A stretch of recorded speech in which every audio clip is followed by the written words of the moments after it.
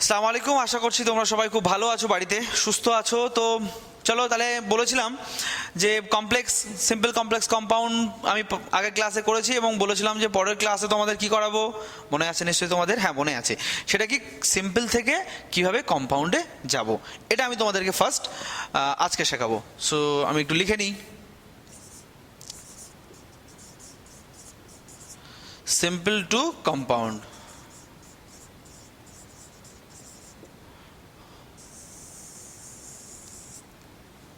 First আমি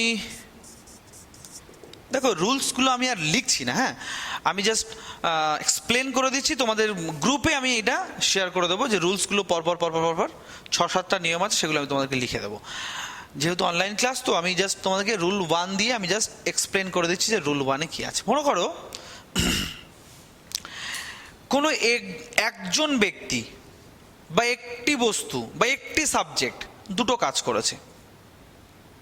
কি বললাম? একজন দুটো কাজ করেছে। যেমন একটা উদাহরণ লিখি,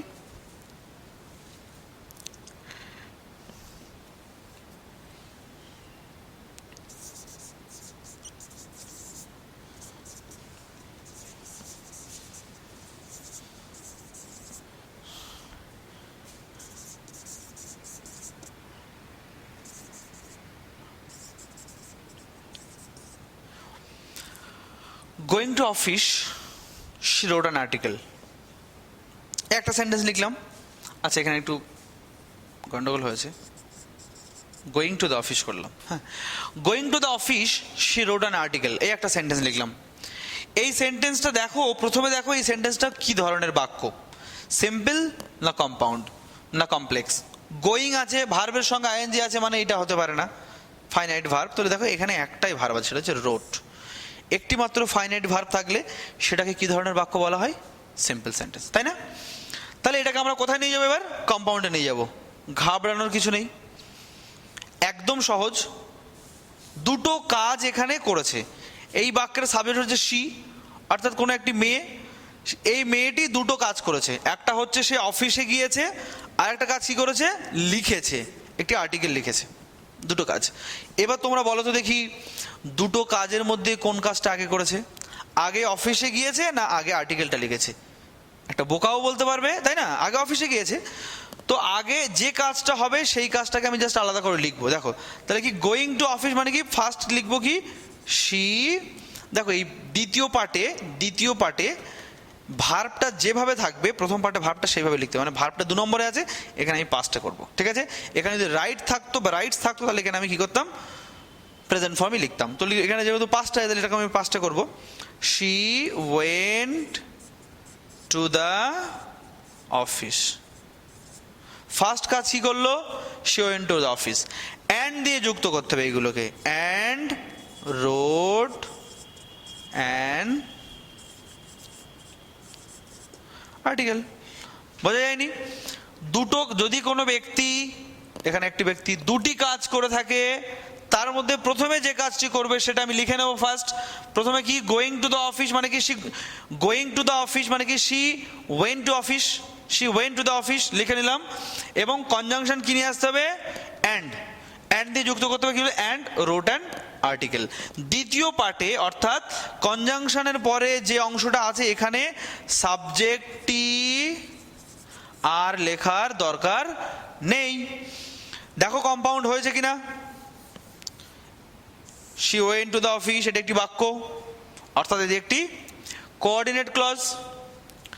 রোট অ্যান আর্টিকেল, এটি একটি কোঅর্ডিনেট ক্লজ।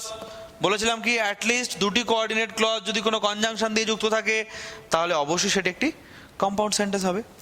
ফার্স্ট রুলস কি বোঝা গেল? রুল 1-এ আমি কি তোমাদের কি শেখালাম? যদি একজন ব্যক্তি দুটি কাজ করে থাকে এবং সেই দুটি কাজের যে কাজটি প্রথমে করবে সেটি আমরা প্রথমে লিখে নেব। কি হিসাবে লিখে নেব? বাক্যের দ্বিতীয় পার্টের যে টেন্স, সেই টেন্স অনুযায়ী, এবং অ্যান্ড দিয়ে যুক্ত করে দ্বিতীয় পার্টটা লিখে দেবো, অর্থাৎ দ্বিতীয় কাজটি লিখে দেবো। আশা করছি তোমরা বুঝতে পেরেছো। চলো এবার সেকেন্ড রুলসটা দেখি।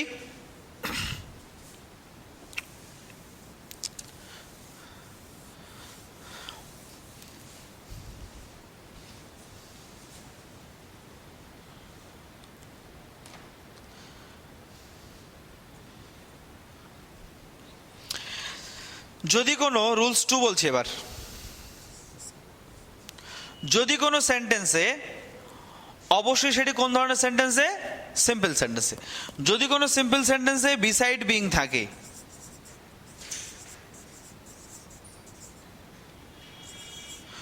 যদি কোনো সিম্পল সেন্টেন্সে বিসাইড বিং থাকে, তাহলে বিসাইড বিং এর পরিবর্তে সেখানে আমরা কি ব্যবহার করব, not only but also.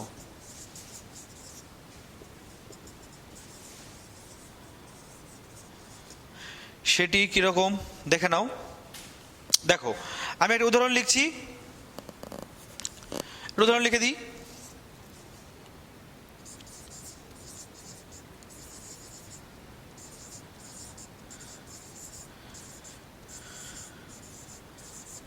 Besides being a good student, he is a good singer. Besides being a good student, besides being a good student, he is a good singer. এই দেখো বাক্যের মধ্যে তুমি যখনই দেখবে বিসাইডস বিং আছে, তখন সেটাকে আমি কিভাবে করব, নট অনলি বাট অলসো। তাহলে কি করব, হি is not only a good student but also a good singer. বোঝাতে পারলাম? বিসাইডস বিং যখনই থাকবে সেক্ষেত্রে আমরা কি বসাবো, not only but also. Besides being a good student he is a good singer, সেক্ষেত্রে আমরা কি লিখলাম, he is not only a good student but also a good singer. আশা করছি বুঝতে পেরেছো। চলো এবার রুলস 3 তে চলে যাই।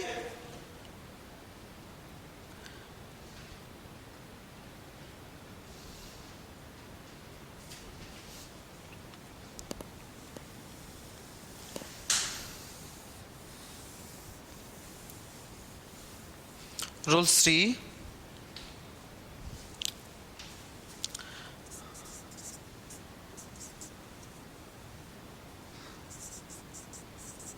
in spite of থাকলে বাট, এটুকু মনে রাখবে, জাস্ট সংখ্যায় মনে রাখবে, ডিটেলসটা আমি তোমাদেরকে নোটস আকারে দিয়ে দেবো।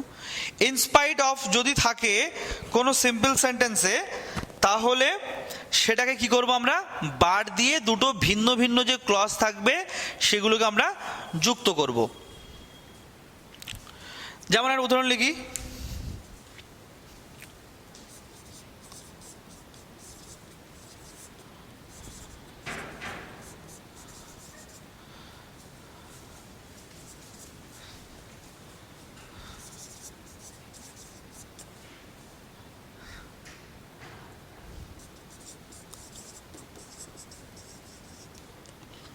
তাহলে লিখলাম কি, in spite of his illness he sat in the exam. তাহলে এটাকে আমরা কিভাবে করব,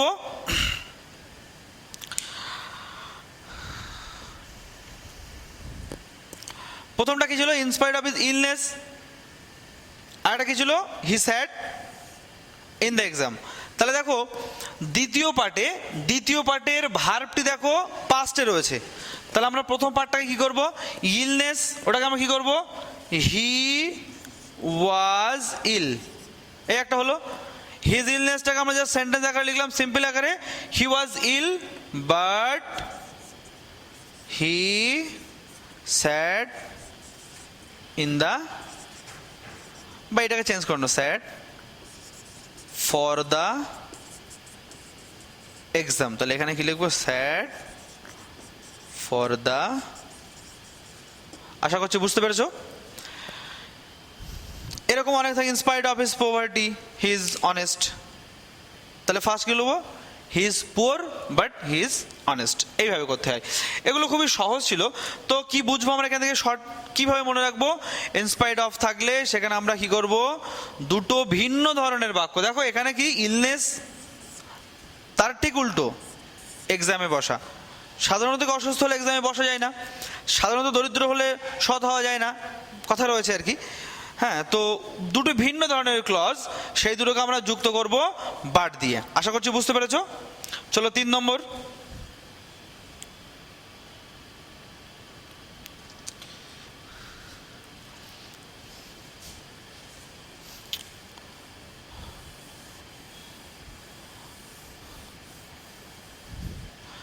রুলস 3,